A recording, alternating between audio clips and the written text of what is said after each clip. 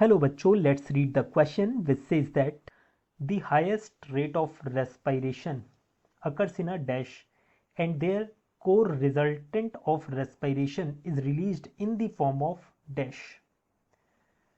यहाँ पर हमें बताना है सबसे ज़्यादा रेट ऑफ रेस्पिरेशन कहाँ देखने को मिलता है और जो रेस्पिरेशन का कोर रिजल्टेंट होता है वो किस फॉर्म में रिलीज होता है।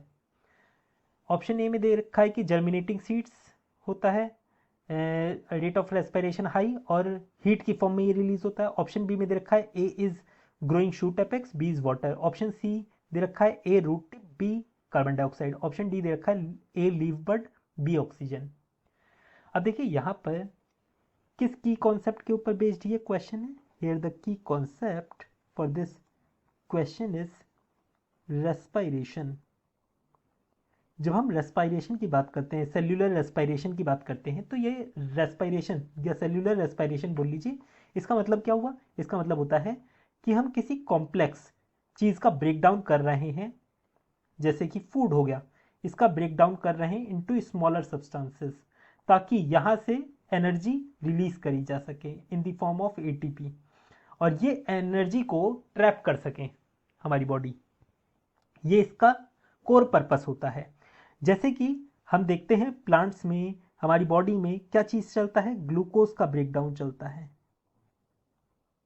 और ये किस में ब्रेकडाउन चलेगा? पायरुविक एसिड बनाएगा, देन क्रेब्स साइकिल चलेगी एंड देन ईटीएस पाथवे के थ्रू हमें एनर्जी मिल जाएगी और जो आउटपुट मिलेगा वो क्या है?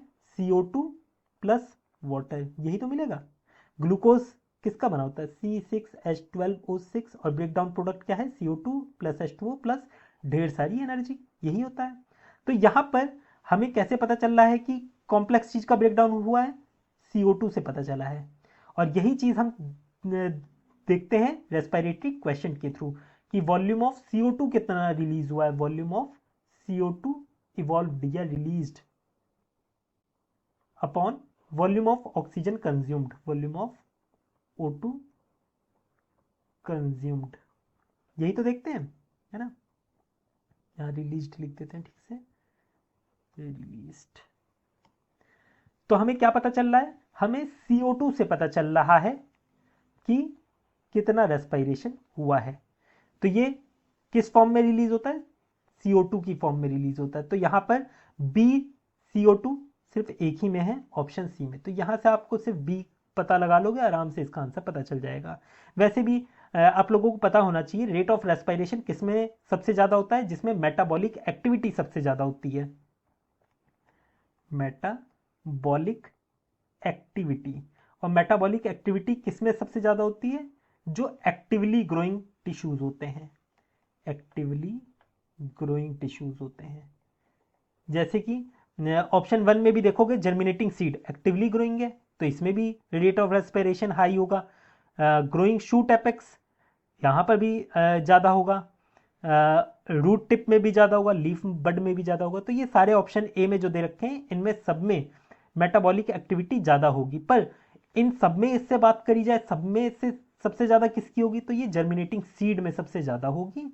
देन आप लोगों को मेरिस्टेमेटिक टिश्यूज में ज़्यादा देखने को मिलेगी, ठीक है।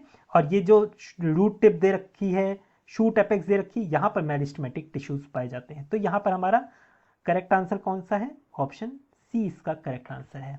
I hope you understood it well. Best of luck.